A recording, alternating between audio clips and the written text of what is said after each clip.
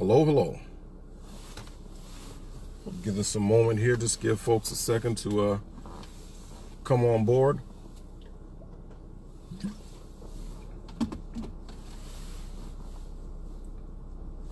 Let's see who we have here.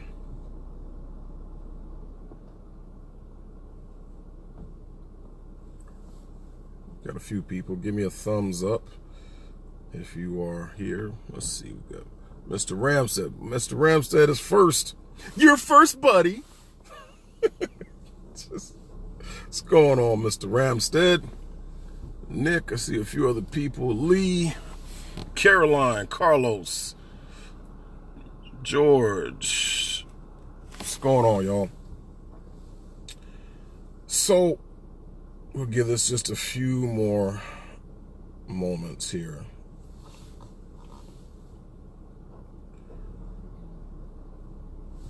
So, got quite a few people. Carlos, how you doing? So, well, let me give you guys a quick heads up. So, the Unhyphenated America Facebook, excuse me, is this lady going to hit my car? Really? Anyway, just checking.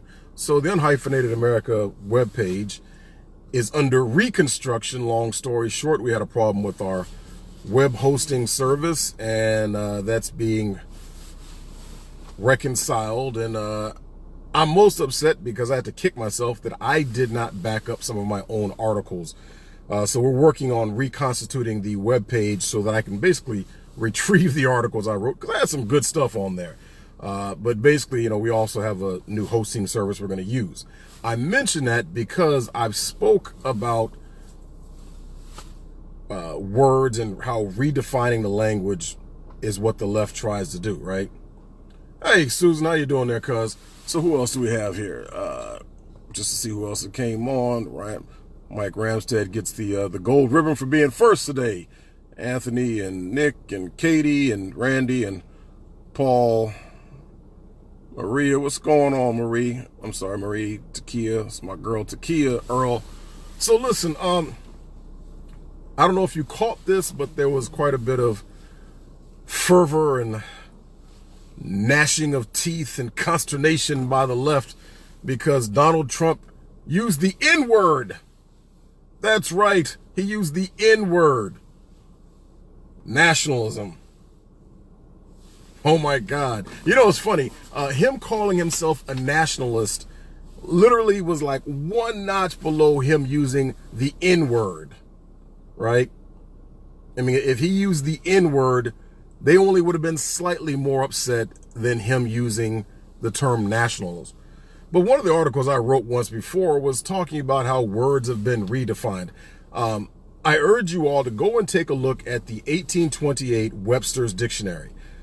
That is the dictionary I tend to reference for the definition of words prior to, of course, nowadays everybody likes to try to twist around words, and things are constantly being redefined. And that's one of the things the left tries to do, is they try to make things fluid, right? Because there's no stability when there's fluidity. That's one of the reasons they like to say that the Constitution is a living document. It's one of the reasons they like to try to redefine what the Bible says instead of reading it exactly as it says. Because if they can cause things to be, cloudy, then there's no meaning to anything. But words have a meaning. Language matters, right? So let me go back, and I looked it up here on, I'm gonna go back, and so nationalism, of course, the word itself, nationalism, was not used at that time in 1828 when Noah Webster wrote his Webster's Dictionary, but you can reference it online. They do have the word nationality.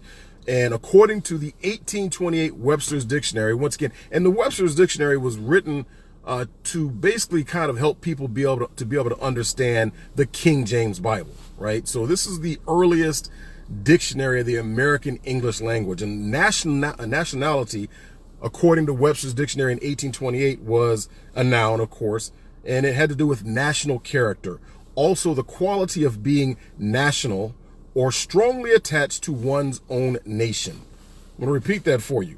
Nationality, according to the Webster's 1828 dictionary, was a noun that had to do with national character, also the quality of being national or strongly attached to one's own nation. Right? Well then, what was a nation? According to the 1828 Webster's dictionary, right? Nation was, national rather, pertaining to a nation as an adjective, pertaining to a nation as national customs, dress, or language. The second definition of public, general, common to a nation as a national calamity. Third, attached or unduly attached to one's own country. The writer manifested much national prejudice. He was too national to be impartial, right? Those are all different definitions of the word national according to the 1828 Webster's dictionary, right? This is how words were defined during the time when the founders were using them, right? So what was a nation, right? A nation was a body of people inhabiting the same country or united under the same sovereign or government. As the English nation, the French nation, it often happens that many nations are subject to one government, in which case the word nation usually denotes a body of people speaking the same language, or a body that has formerly been under a distinct government, but has been conquered or incorporated within a larger nation. Thus, the Empire of Russia comprehends many nations, as did formerly the Roman and Persian empires. Nation, as its etymology imports, originally denoted a family or race of men descended from a common progenitor, like a tribe. But by immigration, conquest, or intermixture of men of different families, this distinction is in most countries lost. That's the first definition of nation according to the 1828 Webster's Dictionary definition. Once again, this was the way that the founding fathers, the framers, used words, the definition of words as they knew it. The second definition of that was simply a great number by way of emphasis. Remember, they were using the same definition of words that were found, in the King James Bible.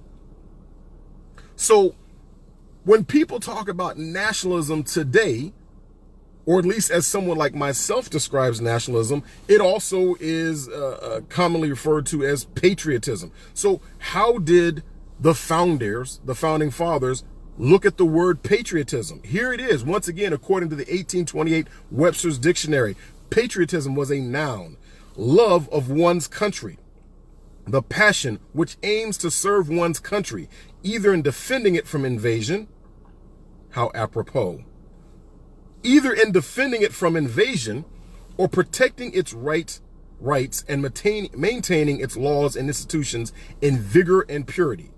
Patriotism is the characteristic of a good citizen, the noblest passion that animates a man in the character of a citizen.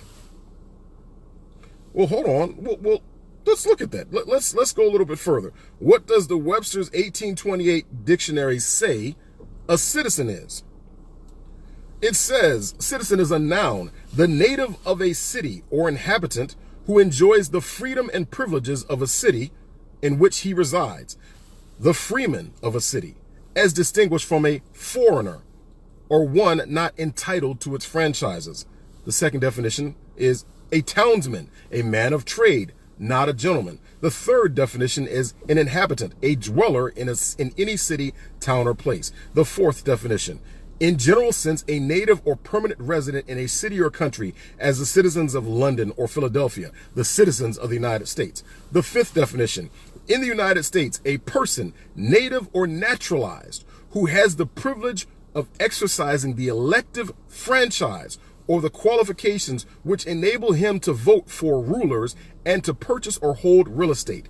If the citizens of the United States should not be free and happy, the fault will be entirely their own. Citizen as an adjective is having the qualities of a citizen. So this is what the founders and framers, this is the language, this is how they saw these words. And so when people get their panties in a bunch, yes, even the males, they're wearing panties. When people get their panties in a bunch over President Trump calling himself a nationalist, well, big deal. I'm a nationalist also. The question is, why aren't you? See, the only reason why you're not a nationalist is because you have drank the Kool-Aid. You've drank the Kool-Aid from the left. You think that it's cosmopolitan, that it's sexy to call yourself a citizen of the world, that you're a globalist. No, that's stupid. That, people who say that are people who've either never left the country, or when they do leave the country, they go to resorts. That they've never actually spent time out there among the locals in those other countries. They have been indoctrinated to believe that they should be proud of everything except where they came from. That's a sign of somebody who's really spoiled. Only spoiled people think like that. Only people who have taken for granted what God has gifted them with think like that. There are people who think that the grass is greener on the other side. Morons. That's what they are. Leftist, regressive, socialist-minded, museum-grade morons. That's who the people are who are not nationalists when they understand the actual definitions of the words. If you're an American born and raised, if you're an American by naturalization, and you're not a nationalist, you're a fool.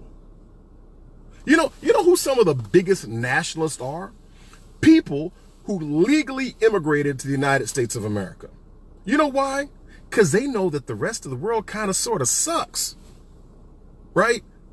I mean, I'll tell you, when I was growing up in Germany, spent 12 and a half years of my life growing up in Germany. Yes, I'm a military brat, born and raised. Air Force to be specific, baby.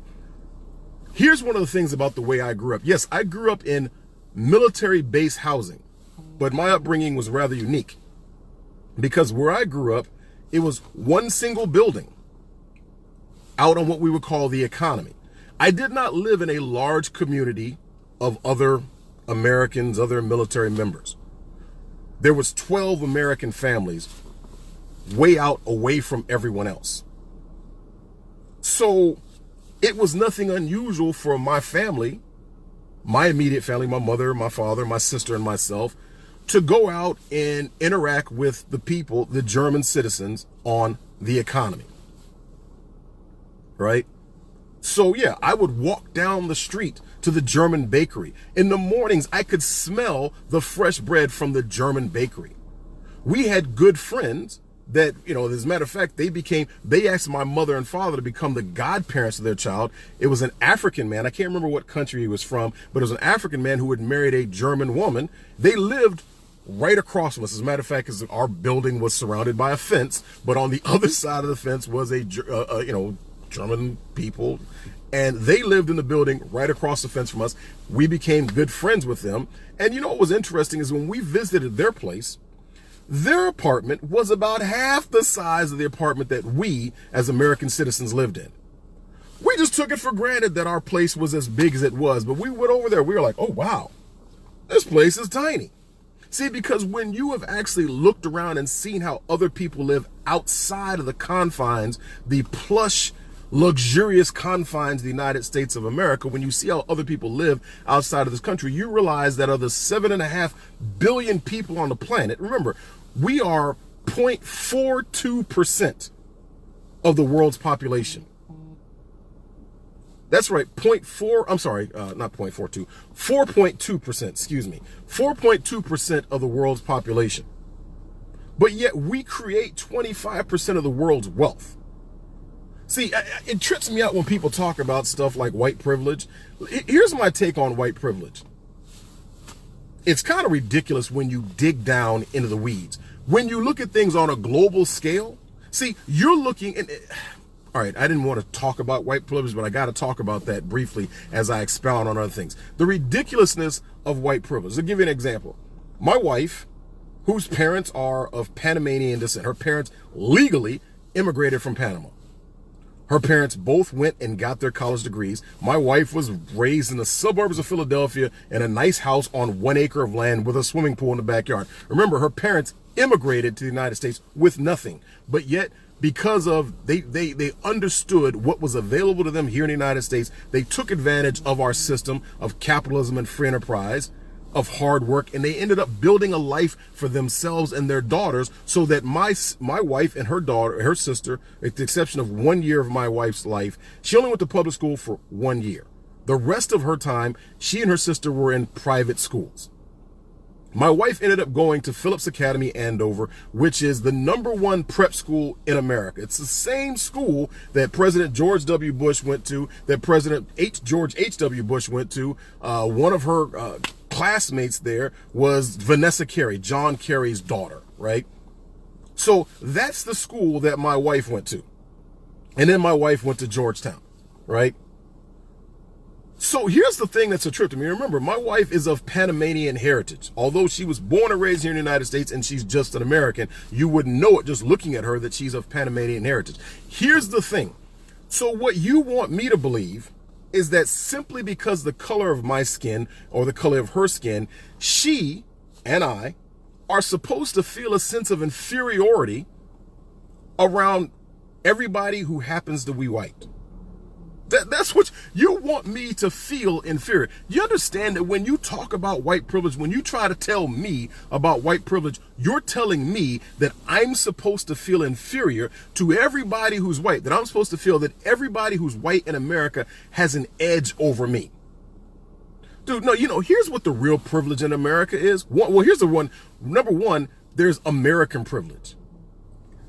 Be thankful, drop to your knees, kiss the ground. Give honor and glory to praise to God that you were part of the fortunate 4.2% of the world's population who was able to be born and raised in the United States of America. American privilege is the biggest privilege in the world. 4%. 0.2, right? 4.2. 4.2% of the world is fortunate enough to be an American citizen. Some of the 4.2% of people are not really American citizens. They snuck across the border or they overstayed their welcome, but that's a whole nother conversation. 4.2% of the world is an American. When you think, because I do it all the time, I can't. That's why I don't sleep, because I'm always thinking. I'm thinking all the time. Anybody who knows me knows my brain is always it's just going all the time. I'm always thinking. And when I think about the fact that we are part of the 4.2% of the world who are fortunate enough to be Americans, I call that privilege. But see, then you also have to sit there and think about the fact that in America today, as a result of pushing leftist, regressive, socialist ideology, there's been a destruction of the family unit. Okay? What used to be the norm, regardless of your ethnicity, what used to be the norm was that children grew up in a household with a mother and a father. Now listen, I understand everybody's parent. It wasn't all Leave It to Beaver for everyone just because they had a mother and a father. Sometimes you had a father who was abusive or a mother who was an alcoholic. I understand that, okay? I'm not discounting that because I know human nature. I know the real history of human nature and human behavior. I understand that there are wicked people out there. I understand that even growing up in a household with a mother and father, sometimes people are abused or neglected in some way, shape, or form. I'm not saying that simply growing up in a household with a mother and a father means you had a perfect Leave It to Beaver life, that you grew up in a Cosby Show existence. Yes, I still reference the Cosby Show despite what Bill Cosby did himself. The Cosby Show was one of the greatest TV shows ever. In fact, people in general, but black folks in particular, if you were to strive to emulate the imagery, the thought process that was on display in the Cosby Show, we would be much better off. But see, when the Cosby Show came on, remember in 1965, when Daniel Patrick Moynihan ended up doing his study, his landmark study on the crisis in the black family, he was saying that it's a crisis because the out-of-wedlock birth rate in the black community was 22 or 23%, if I can't remember the exact number. And he was saying this is unsustainable. Well, if you go, and I can post the link, there's a 1986 CBS special called The Vanishing Black Family. Now, this is 1986, so it was 1965 when Daniel Patrick Moynihan did his story. So 21 years later, a full generation later, what happened? During this study, during this CBS special, which they would never do today because CBS has gone full-fledged leftist, so there's no way that they would ever actually do an update on this video to show what's happened. But during this 1986 CBS special, they actually showed how a generation later, 21 years later, the out-of-wedlock birth rate had exploded. It doubled to over 50%. 21 years later, 21 years earlier, it was only 22, 23%. Now it's plus 50%. Just one generation later. What changed? What changed was now you had more of the leftist, regressive, socialist, ideological ideas that were pushed and turned into public policy. Go and Google that. 1986 CBS special, Vanishing Black Family. Watch that. It's an hour and a half long. I dare you to sit and watch that. When you know what I know, you understand why I hate leftism. Hate it with a passion. Leftism, I put leftism on this just one slight level below pedophilia. Yes, that is exactly how I feel. Leftism is one slight notch below pedophilia. Call me extreme if you want to. I don't care. I know the facts. You live in your feelings. I know the facts. So when you look at what's happened, I look at the results of ideology. See, people want to sit there and talk about ideology as if ideology and culture, they're all equal. That's stupid, because you can sit there and judge an ideology. You can judge a culture by the results. I'm wearing my Detroit Lions hat, right? I'm a long-suffering Detroit Lions fan, although we're doing well. We're 3-3 right now. Here's what you need to understand. The Detroit Lions sucked for a long time. We were the first team to go 0-16. Why did we go 0-16? Because we had a terrible culture. Did we have good people? They were wonderful people. We had Barry Sanders, like the best running back ever. We had Barry Sanders. Why did the Detroit Lions suck? Because of the culture, the ideology of the leadership. And only after they started changing, they tried to make some things to change the ideology, did Detroit start to be on the come up, right? But here's what happened. And once again, I'm not glad that he's dead or anything like that. But when William Clay Ford passed away and his wife left, she's like 90 something years, she's like 95 years old, right? Still going strong. Keep on going, Martha Ford. I want you to stay in charge. When she took over, you know what she did? She fired everybody. All the cronies of her husband who were helping to enforce a terrible culture. She fired. She was like, you're fired, you're fired, you're fired, you're out of here, right? And she brought in new people. What is she bringing? She brought in, oh God, I'm drawing a blank on his name. Bob Quinn. She brought in Bob Quinn from the New England Patriots. He's the general manager of the Detroit Lions, right?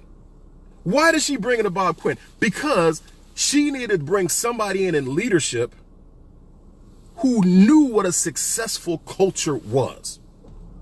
So from the top down, he was implementing a successful culture. The team started turning around. But then they recently just brought in a new head coach, Matt Patricia.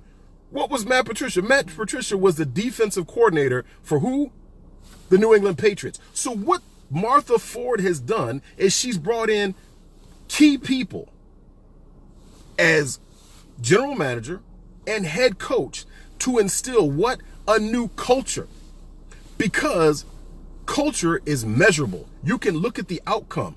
I don't care what you think about the New England Patriots. Listen, you're a moron if you think that the New England Patriots don't have the best culture in football. 18 years of success, right? New players coming in and out. Continued success because it's the culture that they had. Culture, ideology. What is culture? Culture is an agreed upon set of norms, mores, values, and tradition held by a group of people, right? Nations have cultures.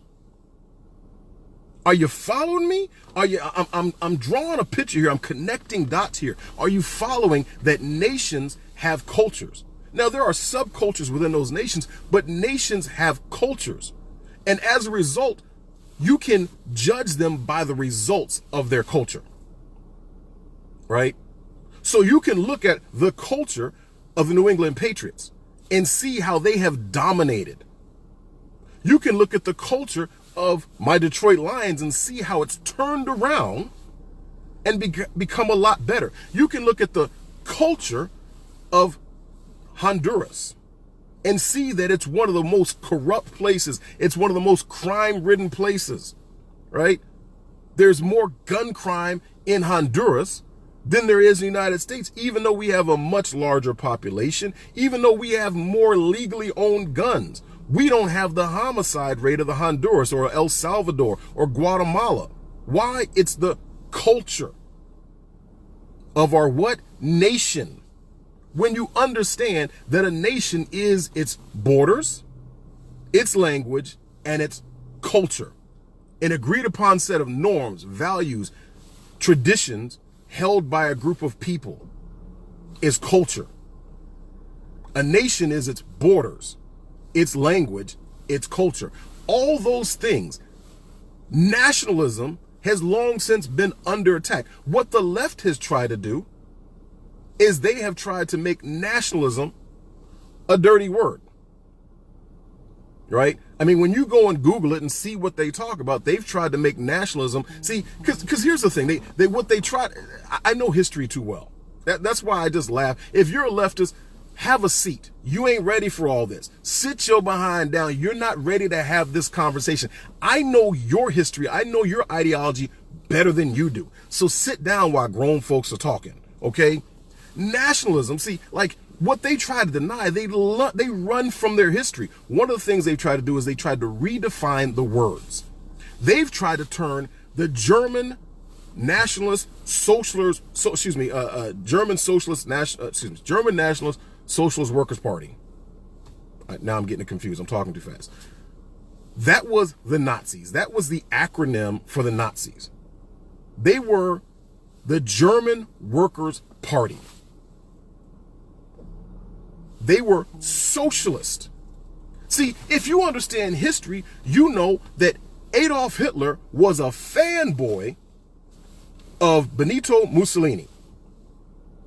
Literally, see, when Hitler first started coming to power, he literally was writing letters. Like he was like a giddy little schoolboy trying to get the attention of Mussolini. And Mussolini was like, come on now, scram, boy, quit hanging on my coattails.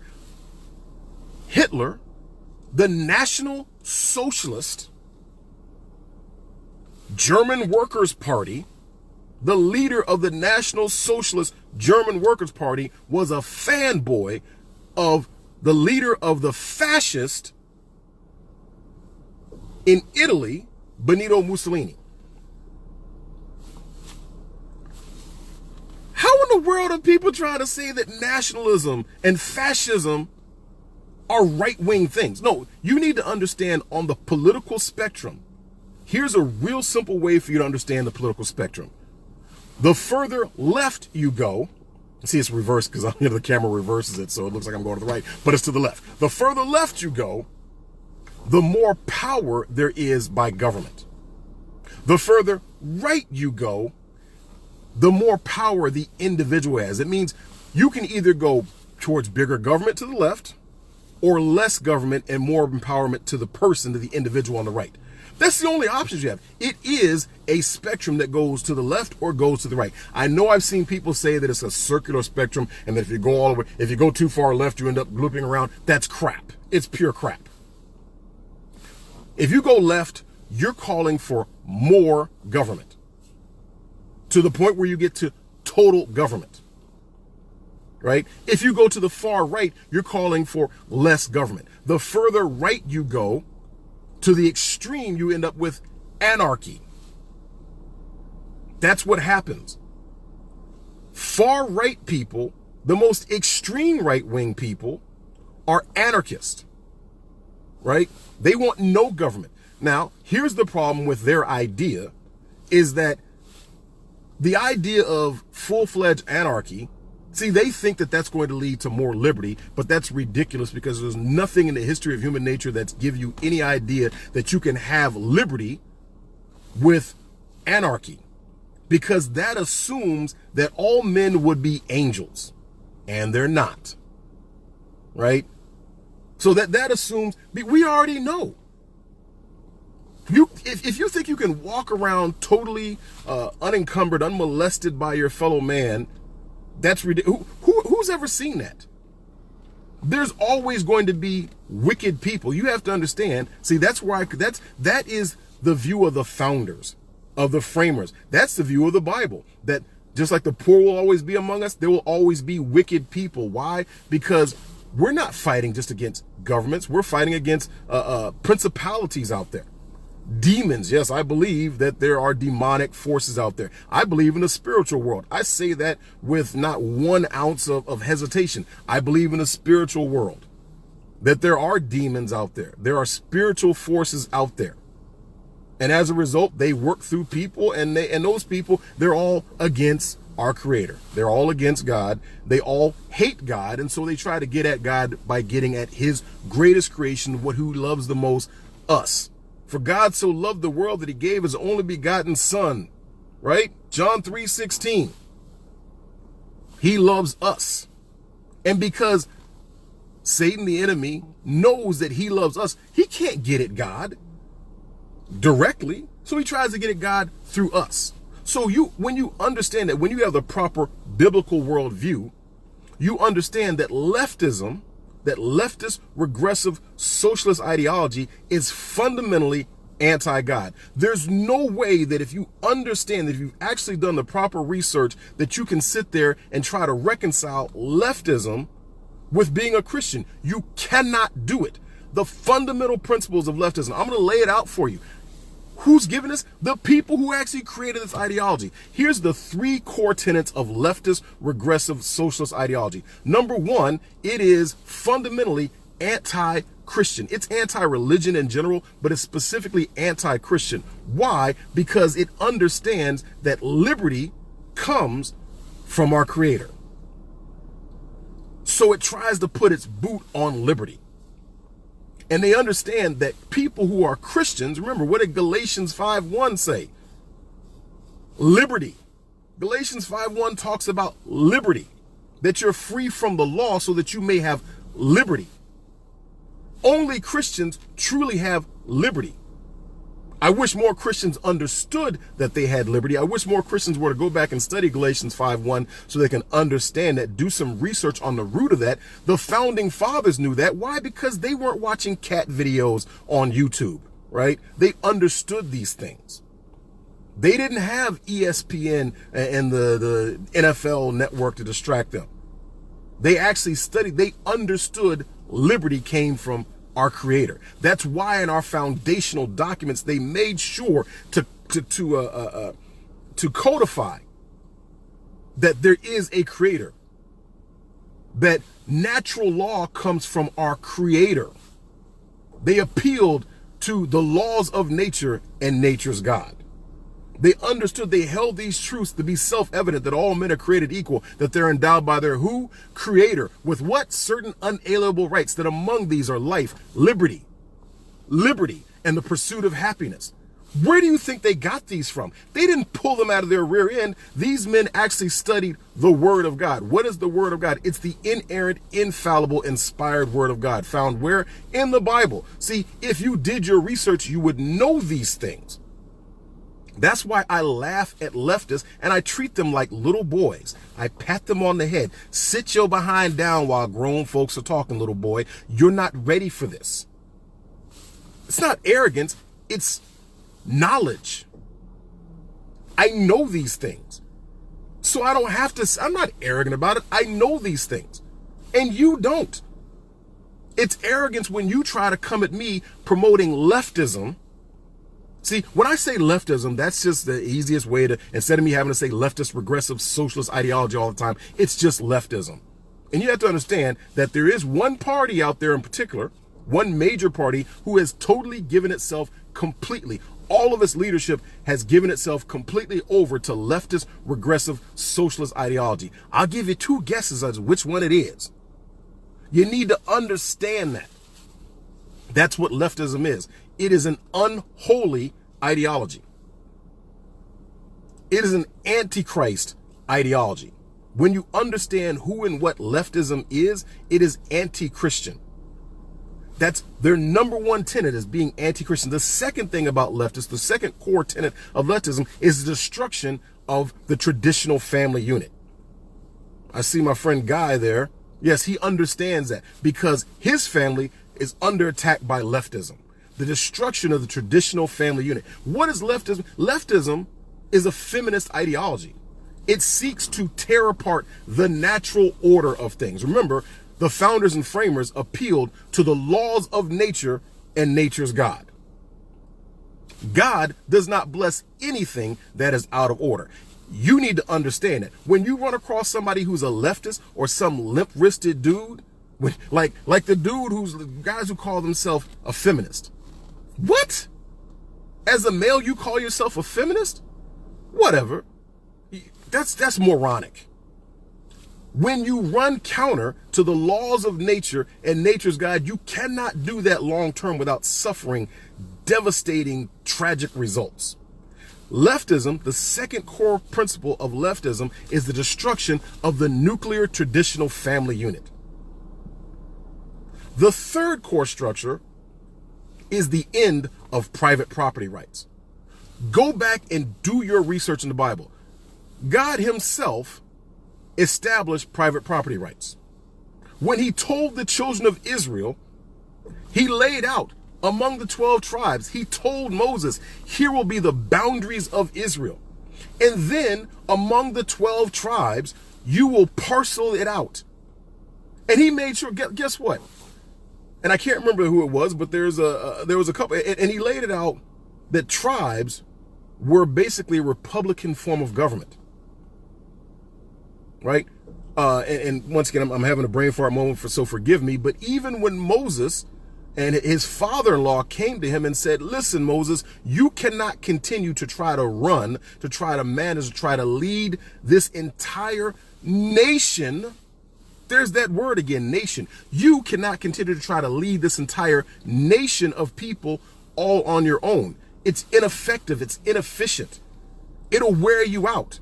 What did his father say? His father, who was a believer, told him, take it to God, counsel with God. But you can't run things this way. Where do you think the idea of a republic came from? It came from him saying, okay, here's what we're going to do. We're going to break down the nation of Israel. What was the nation? When God took the nation of Israel and set them aside as his holy people, he said, here's what's going to be your norms, your values, your mores, your traditions. You're going to be a nation. God said, you're going to have a language.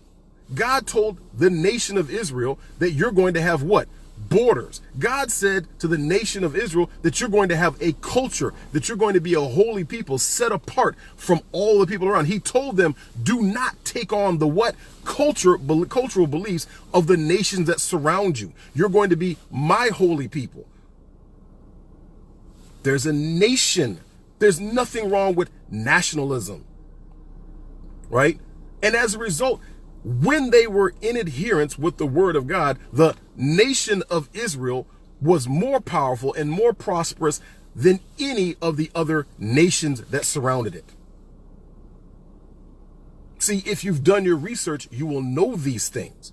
When you have a proper biblical worldview, you will know these things. When you understand the fundamental principles and the roots behind our Constitution that was built on the framework of the Declaration of Independence, you'll know these things.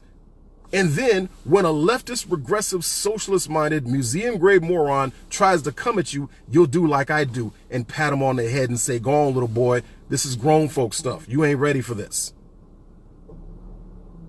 So what's wrong with nationalism? Nothing, unless you're a moron. Now, I was a moron once.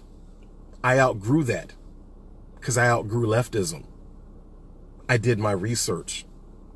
I studied and I prayed a lot and I outgrew leftism and I'm not a moron anymore. And guess what? Your friends, your family, they don't have to be morons either. You can try to educate them. Now, I don't try to push anything on anyone. I share with them. Here's what I would tell you. In most cases, it's better for you to have a conversation one-on-one with somebody. If there's a group of people, it's most likely not going to be effective for you to try to share this message with a large group of people because of the group dynamics of the mob, right? All it takes is one person who wants to be the bully and who tries to stand, and other people will tend to fall in line. You'll be much more successful sharing these principles, sharing this knowledge with people in a one-on-one basis, away from outside influences, where you can just sit down and have a conversation with them. Share the wisdom. And then here, listen, when I'm talking to people, understand, yes, I'm very dogmatic when I'm doing a Facebook Live video. When I talk to people on an individual basis, I don't talk this dogmatically. I still speak the truth, but I don't talk like this when I'm talking to an individual. If my goal is to try to help change hearts and minds, when I'm talking to them individually, I have a conversation, a calm conversation with another human being. I'm still going to share the truth with them. I'm going to share the truth that there's nothing wrong with nationalism, especially if, listen, if you're talking with somebody who proclaims to be a believer, someone who says that they have a personal relationship with Jesus Christ as their Lord and Savior, then that's your in.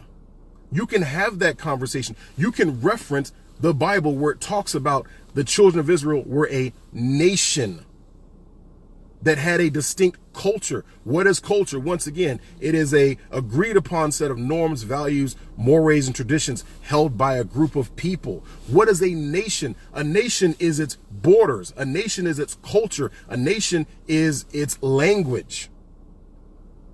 There's no way.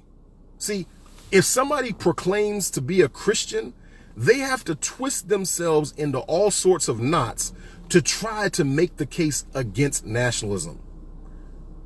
They have to twist themselves into all sorts of knots to try to say that there's something wrong with having a sense of patriotism.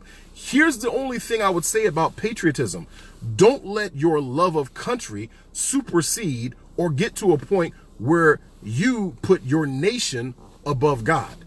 When you do that, you're screwed. You're going to lose. You have to understand what the foundation of our nation was. One nation under God, indivisible, with liberty and justice for all. There's a reason why we say these things. And see, when you run across your garden variety, leftist, regressive, socialist-minded, museum-grade moron, when you run across those people who, unfortunately, those young people, especially millennials, who spent their entire lives being indoctrinated with leftism, see, they want to believe that it's something cool to be against your country. They want to believe that the world outside is equal. Remember, POTUS 44, which, you know, I don't like saying his name, but for the sake of argument, I'll say his name, President Barack Hussein Obama, when he was asked what he thought about American exceptionalism back in 2009, he said he believes in American exceptionalism, just like I'm sure the Brits believe in British exceptionalism, and just like I believe, yeah, he mentioned some other nations that he tried to hedge his bets. Why? He does not believe in the exceptionalism of America. Do you understand what the word exceptional means? Nobody else talks about the exceptionalism of their nation. That's just ridiculous. Nobody who's actually done the research, I shouldn't say nobody, let me clarify that. Hardly anybody else talks about the exceptionalism of their nation. Excuse me, I got to do a Marco Rubio. Y'all remember that? They tried to go after Marco Rubio because he took a drink of water. Sorry, I've been talking for a while. I needed to get a drink of water. So yes, see, as I said at the beginning of this video, people who have traveled outside the United States, or actually people who were born in foreign countries and legally immigrated to the United States of America and became naturalized citizens of America, are some of the strongest nationalists you'll ever meet. Why? Because they know that fat meat is greasy. That's a Southern saying. Well, I got that from my mom. I got some of those sayings like fat meat is greasy. You know, my mom would say to people, you know, you lie, your feet stink, and you don't love Jesus. Anyway, I'm sorry, I digress from that because I saw my mom had joined on earlier. But yeah, Those people who were born and raised in foreign countries, they know that fat meat is greasy. They know what life is like outside of this country. That's why they came here, right? I mean, think about this. The Vietnamese boat people who came here in the 1970s, why didn't they just go to Australia? It was closer. Why didn't they go to Malaysia? It was closer. Why didn't they go to India? It was closer. Why didn't they go to China? It was closer. Why didn't they go to Africa? It was closer. Why did they come here? Why? It's real simple. You ready for it? It's because America is exceptional. You have to twist yourself in the knots in order to try to make the case that America's not exceptional. And I laugh at you. You're a dog chasing his own tail. I'm like, look at that. Because here's a question. What does a dog do? You ever seen a dog that's actually caught its tail and bites its tail? It gets this surprised look like, ow, that hurt. Why did I do that? Doesn't mean that they're not going to do it again. But when you see a dog chasing its own tail, they look stupid. And that's exactly how you look when you try to argue against the exceptionalism of America. When you try to say that it's the N-word for President Trump to say that he's a nationalist. I'm a nationalist too. Why aren't you? It's either because you're ignorant or you're stupid. That's it. Or maybe, let me change that. It's either because you're ignorant or you're wicked. That's the only two people in America, American citizens, who are not nationalists are either ignorant or wicked. It's the only two choices. Obama is wicked. Nancy Pelosi is wicked. All the members of the leadership of the DNC plantation are purely wicked people. They're anti-American. They're not nationalists. They don't believe in the exceptionalism of America. They want to undo our Constitution. There's a reason why they like to think that the Constitution is this living document. It's not. It says what it says. The role of the judiciary, especially the Supreme Court, is not to interpret the Constitution. The role of the judiciary, of the Supreme Court in particular, is to look and say, this group of people, or this individual took this action, or the legislative branch took this action, the executive branch took this action, and here's what the Constitution said. Here's the action that was taken by this individual group of people. Here's what the Constitution says. Either it jives or it doesn't. If it doesn't jive with what the Constitution says, then the Supreme Court's job is to say, the Constitution says A, B, C, D. What you did was X, Y, Z. That doesn't work. It's unconstitutional. That's the job of the Supreme Court. And I know there's people out there who are like, well, I'm a lawyer. I don't care. Listen, I had to laugh because, listen, when I first came to Washington, D.C., I was somewhat intimidated by the idea that some people maybe supposedly had superior educations. No, they don't. They might have degrees from schools that supposedly denote a certain level of superiority, but they're not superior. Your law degree means nothing to me because here's what I know about most of the people who have law degrees. All they've done is study case law. And case law over time has been crap. It's been extrajudicial things. It's been people reinterpreting the Constitution. I am, like Brett Kavanaugh, a constitutional purist. It says what it says, right? The Second Amendment says what it says. You don't need to interpret it. In fact, there are linguistic experts who will tell you that if you take, for example, the Second Amendment and you simply say, and once again, forgive me for not quoting the Second Amendment exactly, but it says that, if you take the word a well-armed militia or the phrase well-armed militia and you substitute a well-read populace, right? The right of the people to keep and read books. If you take those, if you just simply swap out a few nouns, swap out a few adjectives, you have to use nouns, you have to use adjectives, you have to use verbs. If you simply swap out one noun for another, one adjective for another, one verb for another, and then go back and read the Constitution, the Second Amendment, and use, instead of guns, use books, then only a museum grade moron or somebody very wicked would sit there and come to the conclusion that the Second Amendment would limit the books that you can read. Think about that. Try it. I see my buddy Eddie there. He's at at law school, right? Right? Try it. Swap out a few nouns, swap out a few adjectives, swap out a few adverbs, and tell me if that changes the entire reading of the Second Amendment if you just simply say books instead of guns. It doesn't. So when people sit there and try to interpret the Constitution to say that somehow that the government has the right to restrict the authority to restrict the right to bear arms, it's a lie from the pit of hell. It's a lie, and you're a liar. But see, let's think of what the left is trying to do now. The left has long since been trying to do what? Ban books. They're also trying to do what? Ban free speech. That's what they're trying to do, because they know from a constitutional standpoint, the Constitution protects those things. That's why they want control of the Supreme Court, because they want the judiciary to go along with this. They want them to interpret the Constitution in ways where, instead of going through the amendment process, right? Instead of doing an amendment to change the right to bear arms, instead of doing an amendment to limit free speech, they're trying to do it through the judiciary. That's why they wanted people. That's why they don't want Brett Kavanaugh there. See, you have to think about these things. When you do, you'll understand that leftist, regressive, socialist ideology is purely wicked. It's absolutely wicked. And those who are not nationalists are either morons, ignorant, or wicked. Because if you understand these things, it's a no-brainer.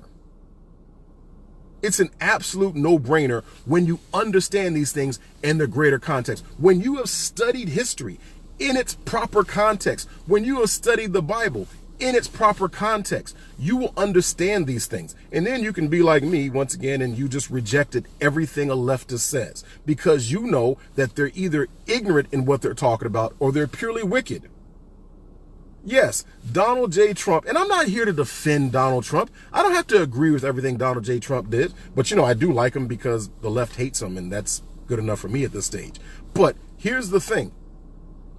And yes, Guy, your wife, unfortunately, as you're saying, has been taken over by a Jezebel spirit. But so have a lot of women. That's what feminism has become, that third, fourth, fifth waves feminism. I will try to give the benefit of the doubt to the early feminists, even though I know during the time in the late 1800s, early 1900s, I know what was taking place. The progressive era was building, right? My hero, that dude, Booker T. Washington, was fighting against the progressive. I know about the Niagara movement. I know that the founders of the NAACP were all white leftists. They only had people like W.E.B. Du Bois as face men. Do you know that most of the early presidents and heads of the NAACP were white people? Right? I mean, it's just kind of funny when they're said, and they were all socialists, all of them. W.E.B. Du Bois, do your research. Look at W.E.B. Du Bois. There's pictures of him with Chairman Mao. He went and hung out in the Soviet Union with Stalin. He went and visited Nazi Germany. Everywhere that this wicked man could go, where he could be in the presence of socialists, he went. And he, after the death of that dude, Booker T. Washington, in 1915, W.E.B. Du Bois was one of the most influential people among blacks in America. He helped to push leftist, regressive, socialist ideology in the black community, which led to the destruction of the traditional structure of family units. See, people want that. Once again, I know these things too well. You have people out there who will sit there and say, oh yeah, well, all the things you're seeing right now are the result of slavery. Bull crap. That's utter crap. See, and here's what's crazy. You got people in like my parents' generation who were born in the early 50s, late 40s, early 50s, baby boomers. They have even been indoctrinated. They've forgotten that they grew up in families that were traditional nuclear families. Ask people who were baby boomers, early baby boomers, right? 40s, early 50s. Ask them what their neighborhoods were like. They will tell you, my family growing up in Detroit, they will tell you it was like over 80% of people growing up back then grew up with a mother and a father in a house. Now, once again, as I said earlier, that does not say that every mother and every father was a wonderful person, right? There are skeletons in my own family closet. That's a time for a whole nother discussion. There were wicked people in my family line. I thank God that he helped to move my mother in particular away from that. But nonetheless, the majority of black folks and the majority of Americans overall grew up in traditional nuclear families all the way up into the 1960s. You know why? Because after slavery, black folks made a concerted effort to reconstitute their families. That's where all the all the growth that took place during the Harlem Renaissance and all those things. Look at old pictures of blacks who made the Great Migration from the South in the 1920s and 30s and all that. Like my great-grandfather migrating from Greenville, Mississippi up to Detroit. When you look at pictures, what you will see are intact traditional nuclear families with a father as the head of the family. There was patriarchy in place because after slavery, yes, slave masters did seek to tear apart the traditional families, but after slavery, they made a concerted effort to reconstitute their families. Go and do research about that dude, Booker T. Washington. You know what happened? Yes, his father, or actually it was his stepfather, because his father was supposedly possibly one of the slave masters or some random white guy out there, but his stepfather, who was sold off to another farm over somewhere in West Virginia. When slavery ended, his stepfather sent for his mother and him and his brother to come with them to Malden, West Virginia. His stepfather walked from Malden, West Virginia to, I forgot where Booker T. Washington was raised in Virginia, Western Virginia, but walked to come get his family and brought them to Malden, West Virginia. That's what happened with the overwhelming majority of black families post-slavery. After emancipation, they sought to reconstitute their families. Go and do the research. You will see traditional, intact nuclear families among blacks all the way up until what? The 1960s, when the Great Society movement kicked in. Anybody who tells you otherwise is a liar from the pit of hell. They are a liar from the pit of hell. Look at all those families. Now, some of them, there were problems in the family. Maybe a father abandoned the family. Guess what? Another member of the family kicked in to help out so that kids were raised with two parents. It might have been an aunt and uncle who raised them, but they were raised in a household with a mother figure and a father figure. That's what happened for black folks all the way up until the 1960s, and then especially by the 1980s, when over 50% of black kids were born out of wedlock. You fast forward to today, where 70+%, I think it's somewhere almost 75% of black kids are born and raised out of wedlock in single parent households. This did not come from slavery. This came from leftist, regressive, socialist ideology. And black folks back then embraced the principles of life, liberty, and the pursuit of happiness. Guys like Booker T. Washington, what did he promote? He promoted good character.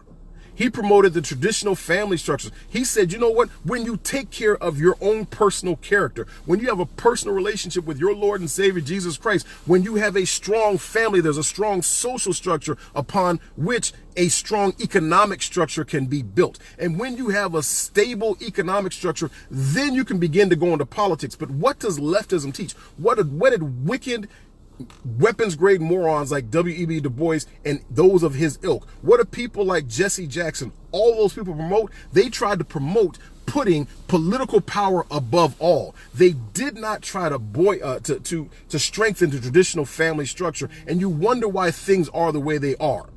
Listen, here's the reality. If nobody else has ever told you, let me be the one to tell you. From a political standpoint, the African-American community is a joke. There's no respect by anyone of the African-American community when it comes to political strength. Black folks, the African-American community, are political fodder. They are the pawns. They're the political pawns on the chessboard. What the left does, what the lamestream media does, what the DNC plantation does is anytime they want to try to promote some leftist ideology, they say, hey, African Americans, charge, run into that hail of bullets. No, don't worry about your families. No, don't worry about your economic stability. We want you to focus on politics. Run out there and charge. And who's out there? It's the Quimbos and Sambos from the Congressional Black Caucus, whose only job is to keep black folks on the DNC plantation. That's why they exist. Since 1972, the Congressional Black Caucus has served one purpose. It is, even though they have something, when you look up what they said they're there to do, they said that they have no allegiance to any particular party. That was a lie from the pit of hell. Every member of the Congressional Black Caucus is a leftist, regressive, socialist-minded, Marxist, weapons-grade moron who only cares about marching to the beat of what the DNC plantation masters tell them to do. Listen, once again, culture can be analyzed. You can look at the results of a culture, right?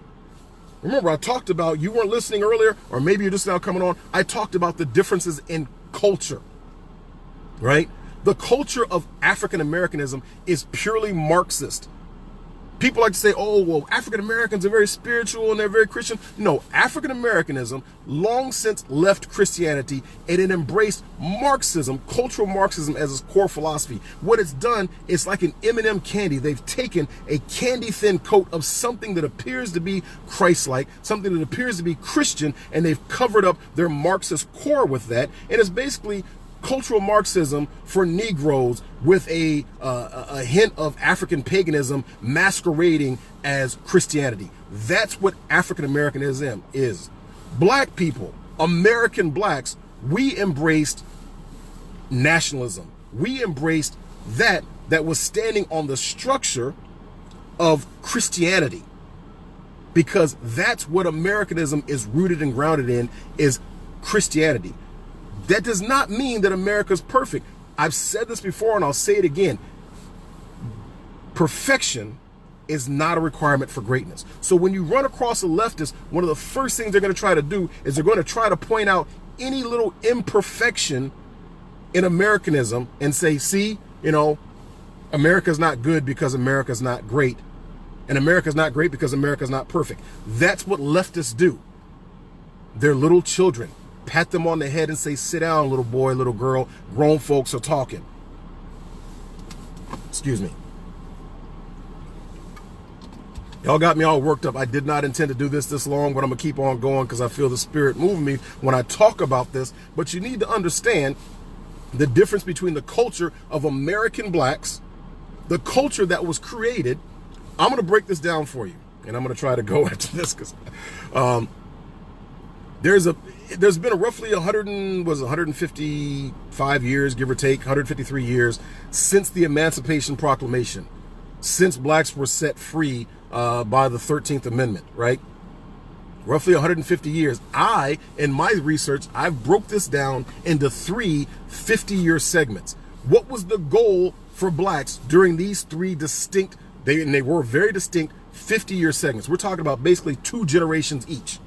Oddly enough, I am the 6th generation of black Harrises in my family. So we got roughly time for, depending if you go 25 years and you're talking about 2 generations every 50 years, you know, but 150 years, or it could be up to 7 generations since emancipation.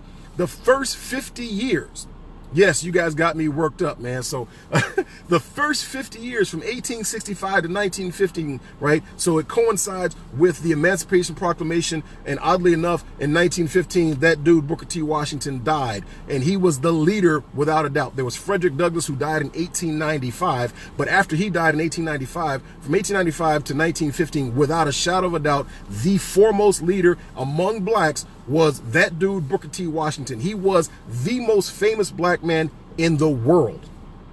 If you didn't know, let me give you a real quick history about that dude, Booker T. Washington. Born as a slave in 1856 in Virginia, right? He was emancipated along with everybody else in 1865, right? He ended up going at the age of 16, walked from West Virginia to the Chesapeake area of Virginia and went to the Hampton Institute. That changed his whole life because of the people he met, who oddly enough, many of them were white, right?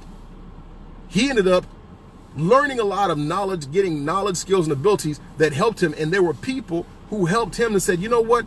We want to create more schools to help bring black folks up from slavery, which oddly enough was the name of his seminal book, Up From Slavery. They wanted him to be the headmaster of a school that was being started down in Tuskegee, Alabama. Do you understand that when he founded Tuskegee, there was they had like an acre of land and it was basically one shack. He helped to teach the students at Tuskegee industrial skills. He taught them how to be self-sufficient. That was the goal of blacks. From 1865 to 1915, if you do the research, the goal of the majority of blacks was simply this: liberty and independence. We had been slaves for 200 plus years. All we wanted at that point was liberty and independence. Self-determination. That's the reason why Frederick Douglass said when he gave his speech, "What shall be done with the Negro?" He basically said, man, leave us the hell alone. Don't do nothing for us. It was your doing for us that did us the devil. Leave us alone. If you see us in like a fruit, if there's a fruit that's going to fall from the tree, let it fall. Leave us alone. That's what Frederick Douglass talked about, right? And also Frederick Douglass, if you didn't know, people like to quote Frederick Douglass back when he was young and still angry because he had ran away from slavery. They want to talk about him and they misquote him, or they put him out of context when he talks about the fact of what is the Constitution, or excuse me, what is to a slave the 4th of July. When you go and actually read everything in its proper context, he goes on to say that the Constitution itself, he challenged you to find anywhere in the Constitution where it promotes slavery. He said the Constitution itself, remember, he was born in 1818 in Maryland as a slave. He ran away at 20 years old. He became one of the most well-known abolitionists. He became a frequent visitor to the White House. He said the Constitution itself is a glorious liberty document. He said it's an anti-slavery document. He challenged you to find anywhere in the Constitution where it promoted slavery.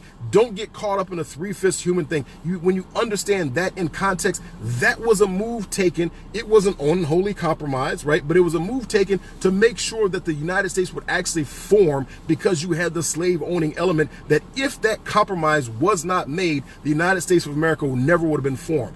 The 13 colonies would not have ratified the Constitution. When you've done your research, you will know that. But Frederick Douglass knew that the Constitution itself was an anti-slavery document. And here's the thing. This is another reason why you know the Constitution itself was an anti-slavery document. Because if you go and actually read the Confederate Constitution, there's a reason why when the Confederate States separated, they went out of their way in if I remember, it's 5 different places in the Confederate Constitution where they specifically mentioned that slavery was an institution that was going to be protected in the Confederate States. If you do your research like I have and you know how to think, you'll know these things. And when you run across a leftist, regressive, socialist-minded, museum-grade moron who tries to tell you otherwise, you'll do like I do and you'll pat them on the head and say, sit down, little boy, little girl, grown folks are talking. You'll know these things. You won't tolerate that crap. You won't let them throw that stuff at you because it's a lie from the pit of hell. So from 1865 to 1915, what black folks wanted was liberty. We reconstituted our families. The overwhelming majority, the massive majority of black families were traditional nuclear families. What did we do? We focused on our social structure, and then we built economic independence. That was something that Booker T. Washington promoted. He knew that we didn't need people who were running around who had studied Latin. To this day, I'm not saying that there's no need absolutely for Latin, but what you gonna do with a degree in Latin? Seriously, you know what's needed? People who know how to build things, people who know how to work with their hands. Because what will that do? That grows the economy. That creates economic independence. You're self-sufficient. That's what Booker T. Washington was teaching. That's what the whole goal, that's what Marcus Garvey knew, that for above all, we needed economic independence. That was the goal during the first 50 years from 1865 to 1915 for blacks. After Booker T. Washington, that's when those wicked people from the Niagara movement, the wicked people who ended up growing and creating the NAACP, the wicked people who were leftist, regressive, socialist-minded, weapons-grade morons like W.E.B. Du Bois, who went and they started promoting leftism. They started promoting that we needed to be more in bed with the government. They were part of the progressive era. They got in bed with progressives, who I call regressives, like Woodrow Wilson. Who, you know what Woodrow Wilson did? He resegregated the U.S. military. He resegregated the U.S. government. Do you understand that Booker T. Washington was the first black man to be a guest of honor at the White House with Teddy Roosevelt?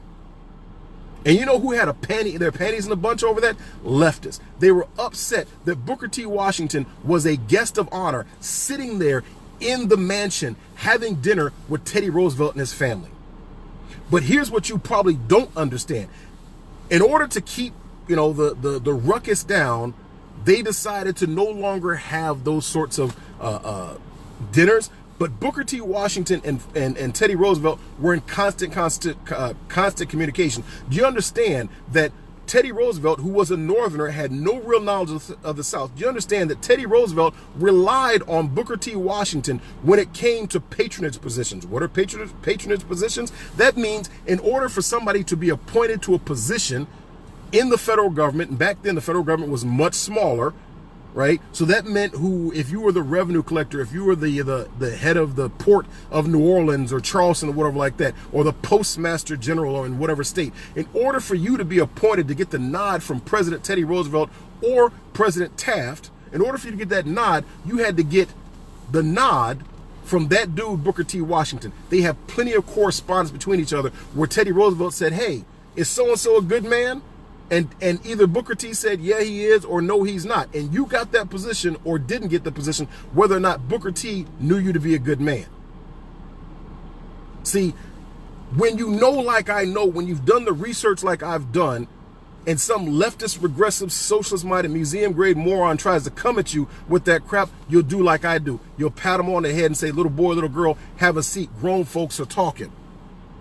But see, and here's one other little thing about Booker T. Washington. Once again, as I said, he was the most famous, the most influential black man in the world. He was friends with Teddy Roosevelt. He was friends with Howard Taft. He was actually friends with President McKinley. 3 consecutive presidents, Booker T. Washington was friends with him. Do you understand that Booker T. Washington was invited to England? He was a guest with the Queen of England. I believe it was Queen Victoria. He had tea with the Queen of England. Do you understand that? Do you understand that the wealthiest men in the world at that time, Andrew Carnegie, the wealthiest men in the world, Rockefeller, they were friends with Booker T. Washington. These men were philanthropists. They gave millions of dollars to Booker T. Washington for Tuskegee Institute. Why? Because they knew the work he was doing was helping to bring blacks up from slavery. Why? Because Booker T. Washington was a nationalist. He was a Christian. He understood the principles of life, liberty, and the pursuit of happiness. He understood that was the way for black folks to come up. He understood that blacks in America at that time, even during Jim Crow, were doing better than blacks in Africa. Do your research, you'll know, right? Blacks in Africa, like the ones who went to Liberia. It was Booker T. Washington who intervened on their behalf when foreign governments were trying to take back over Liberia, because those in Africa, they were doing a piss poor job of running their own governments, and governments of France and other nations were going to take back over Liberia. It was that dude, Booker T. Washington, who went to the U.S. federal government and said, please help them. Don't let them be taken back over by these foreign governments. He did the same thing for Haiti.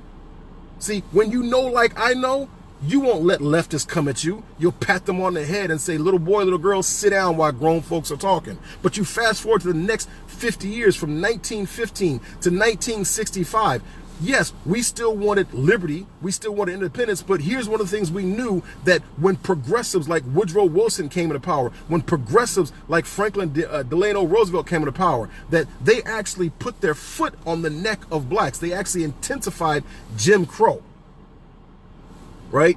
With the help of the NAACP, those folks from the Niagara movement, with the help of people like W.E.B. Du Bois. And here's what overall black folks wanted, because we were still coasting on the strength of what we did during that first 50 years. Do you understand that in 1865, that there were roughly 4.4 million blacks in America at that time, with roughly 400,000 of us being free blacks? Did you know that roughly 10% of blacks in America in 1865 were free? The literacy rate was roughly 10%. Do you understand the progress that was made by blacks in that first 50 years post-emancipation? Do you understand that black folks went from owning little to nothing in 1865, that by 1915, black folks owned 20 million acres of land?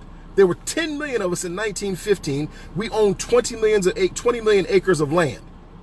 To give you some context, that is approximately the size of the whole state of South Carolina and the state of Delaware. Black folks owned, in 1915, essentially the whole state of South Carolina by comparison, and the state of Delaware with a little bit left over. 50 years from slavery, 90% of us being slaves and illiterate. 50 years later, the literacy rate was over 50%, and we owned 20 million acres of land. That's what the results were when we were American blacks, when we embraced the culture of Americanism. That's what we had. The next 50 years, we said, hey, you know what? Unfortunately, the left has been pushing this, and they've been denying us of our unalienable rights. So what do they start doing? Is they said, you know what we need? We need equal protection under the law. And yes, you had leftists like the civil rights movement who kind of usurped that, but I understand the push was to try to get equal protection under the law. There's nothing wrong with that. We needed that because now, I'm not a big Martin Luther King fan. I know you can get your panties in a bunch over that. I don't really care. I'm not a big fan of Martin Luther King. My own research tells me why I'm not a big fan of him. He was not, once again, Booker T. Washington was a far superior person than Martin Luther King. The reason why they don't want you to know about Booker T. Washington is because if you study him like I've studied him, you'll realize he was a far superior person. It's the reason why they tried to ignore him out of history. But I digress from that. Yes, what Martin Luther King did when he talked, and he did his speech there on the Lincoln Memorial, when he talked about the United States wrote a promissory note to blacks, and it's come back with insufficient funds. Well, here's what people don't realize, people who haven't done the research. The insufficient funds, the check began to bounce when leftist, regressive, socialist-minded people, the so-called progressives, those progressive Democrats like Woodrow Wilson, those progressive Democrats like FDR, those progressive Democrats like LBJ, when they got in power, what they did is they rolled back all the advances that were being made during that first 50 years. You fast forward to today, one of the things that these leftists, they got in bed with the eugenics movement. They began to push that, and listen, I'll tell you this, you know somebody hates you when they tell you to kill your own baby, right? There's no greater hatred that somebody can have for you than to tell you to kill your own children. Who is telling you to kill your own children?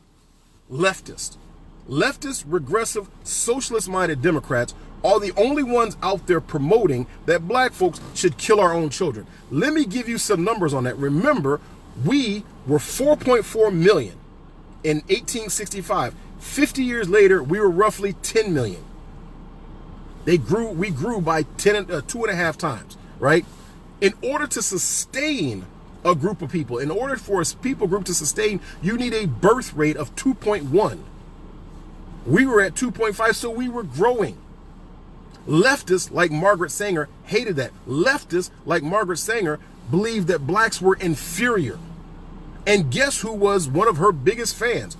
That's right, Hillary Clinton was a huge fan of Margaret Sanger. Leftists embraced the eugenics movement.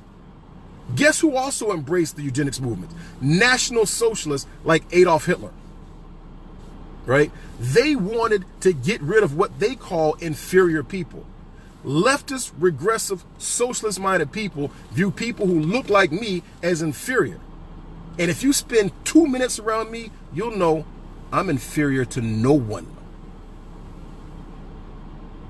That's why I reject the term African-Americanism or African-American. I know that African-Americanism is Marxism for Negroes. That's what it is. African-Americanism means that you're accepting second-class citizenship. I refuse to accept second-class citizenship. You have to decide that. When you decide to call yourself an African-American, you are deciding that you are a second-class citizen. Nobody is making you choose that except what? The culture. What culture? The culture of leftism, cultural Marxism that progressive Democrats try to promote, that the Congressional Black Caucus promotes. They want you to accept cultural Marxism, second-class citizenship. They want you to embrace victimhood. You cannot be a victor and a victim at the same time. You have to choose. African-Americanism at its root tells you that you are a victim. It's telling you to embrace victimism, victimhood. Men like Booker T. Washington, men like Frederick Douglass, who were born slaves, rejected victimhood. Isn't it amazing that you had people who were born and raised as slaves, who experienced Jim Crow at its height, and they rejected cultural Marxism. They rejected victimhood. But you have these Negroes out there today in the Congressional Black Caucus who are promoting people who were born and raised in freedom and liberty, and they're promoting that you should embrace victimhood. They want you to believe that there's power in victimhood. There's never any power in victimhood. You might be pitied, you'll never be respected. Nobody respects a victim. They pity victims, they do not respect victims. And I have to laugh because there's people out there who literally get mad at me because I refuse to embrace the victimhood that leftists try to put on me. There are people out there who want to believe that I should embrace the concept of white privilege, which means by default, I have to accept the idea that I'm inferior to anybody else in the United States who happens to be white simply because I am black. I reject that. I dare you to come around me and try to have a superior attitude around me. You're going to walk away with your feelings hurt. If you're lucky, I'll stick at an intellectual level. If you're not, I might clown you and make you either want to cry or want to fight. I'm not the one to come at with that crap. I know history too well. I know these things on a holistic basis. I've studied them in their proper context. I've studied my Bible. I've studied the true history of human nature. I've studied American history. I look at the world as it is, and as a result, you can't come at me with leftist, regressive, socialist ideology. You know why? Because I'm going to pat you on the head and say, little boy, little girl, sit down. Grown folks are talking. So from 1865 to 1915, we wanted liberty and independence. 1915 to 1965, we wanted protection of that liberty and independence. We wanted equal protection underneath the law. But here's the problem. The momentum that we gained from 1865 to 1915 began to wane by 1965. The influence of leftists began to be very strong. Excuse me, I had to drink something. The influence of leftists became very strong. You had people like Margaret Sanger with their Negro Project who decided to get a few black preachers to help work with her. You had people who got in bed with a scumbag like Lyndon Johnson, Lyndon Big Daddy Pimpin' Johnson. They got in bed with Lyndon Johnson and he helped to push the Great Society. And if you look at what happened in the black community, it took 5 to 10 years. And here's when people wonder what happened. Listen, how long does it take to get fat? How much inactivity and eating Twinkies do you have to do for you to get fat? Right? It takes a period of time to go out there and get muscle mass and get a six-pack, right? But you get fat real quick. See, here's what the left knew, right? This is one of the things that Lyndon Johnson knew. He said that they realized that the oppression wasn't working the way they thought it would work. That trying to oppress blacks wasn't having any results. You know what happened? Here's the reason why. Leftists were putting up resistance. You know how you gain muscle mass? Resistance exercises, push-ups, sit-ups, right? Bench pressing, doing resistance exercises, how you gain muscle mass. Here's what the left did. They stopped putting up resistance. In fact, they said, you know what? Here's a Twinkie. Here's all the Twinkies you want. Eat up. You want Twinkies and ho-hos and bonbons and all that? Man, eat up. I'll give you more. That's what welfare was. That's what the Great Society did. How long did it take to destroy families? About 5 years, right? Now, granted, this had started to take place earlier, right? I know my history. It started to take place earlier, going back to FDR, right? When FDR came with his policies, and I'm having a brain fart moment. I can't remember what it's called, but the New Deal, rather. Thank you. The New Deal, when FDR had the New Deal, that helped to start push things in conjunction with those Negroes from the NAACP, the Quimbos and Sambos from the NAACP, who were working in conjunction with communists. Yes, the NAACP were communist. Go and do your research. The founders of the NAACP were socialists. They were communists. W.E.B. Du Bois, if you're just now joining, go and do the research. Google search W.E.B. Du Bois and Chairman Mao. Look for the image. You'll see pictures of him yucking it up with Chairman Mao. Do research about W.E.B. Du Bois and Stalin. You'll see him hanging out. He went and hung out with Stalin. Do research about W.E.B. Du Bois and Hitler. Yes, he went to Nazi Germany because he was a socialist. You can't argue with me about this. If you do, I'm going to pat you on the head and say, little boy, little girl, sit down. Grown folks are talking. You're not ready for this. Leftist regressive socialist ideology is what was pushed in America overall, but especially pushed on blacks. And by 1965, it went full bore, came out of the closet. That's when we had the Great Society. And what you'll see in places like Detroit, you'll see within a 5 to 10 year period, things began to implode. And that's why, as I said earlier, if you've been listening this whole time, and I'll reference if you haven't listened before, go and do a Google search. 1986 CBS special, The Vanishing Black Family. That is 21 years after the Great Society. You'll see CBS will never do a follow-up to this. They never want to do this because CBS is fully Marxist. But if you go and watch that, it's an hour-and-a-half long special, you'll see the results on the black community of 21 years of full-fledged leftism being pushed. Unencumbered leftism. The Great Society.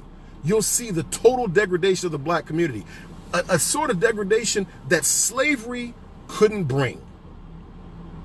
Right? Slavery couldn't bring that level of degradation. But the Great Society could. And fast forward to where we are today, and you'll see why things are messed up. And at the end of the day, it is absolutely nothing more than leftist, regressive, socialist ideology. Right? African Americanism is cultural Marxism for Negroes with a candy-thin coating of something that resembles Christianity, but it's really African paganism. That's what you need to understand. And when you go and do the research, like I've done the research, when you have understanding, like I have understanding, you'll reject the term African Americanism or the term African American. You'll understand that nationalism is one of the best things, one of the best ideas you can have in America is to be a nationalist. It's the N-word. I embrace that N-word. Yes, Donald J. Trump is a nationalist. I'm a nationalist. Why aren't you? If you're not, it's either because you're ignorant or you're wicked. I gotta run. Thanks for tuning in on all this time. Boy, I got long-winded on that one, but it just was up in me and I just had to let it go. Y'all take care. Thanks for listening in. God bless.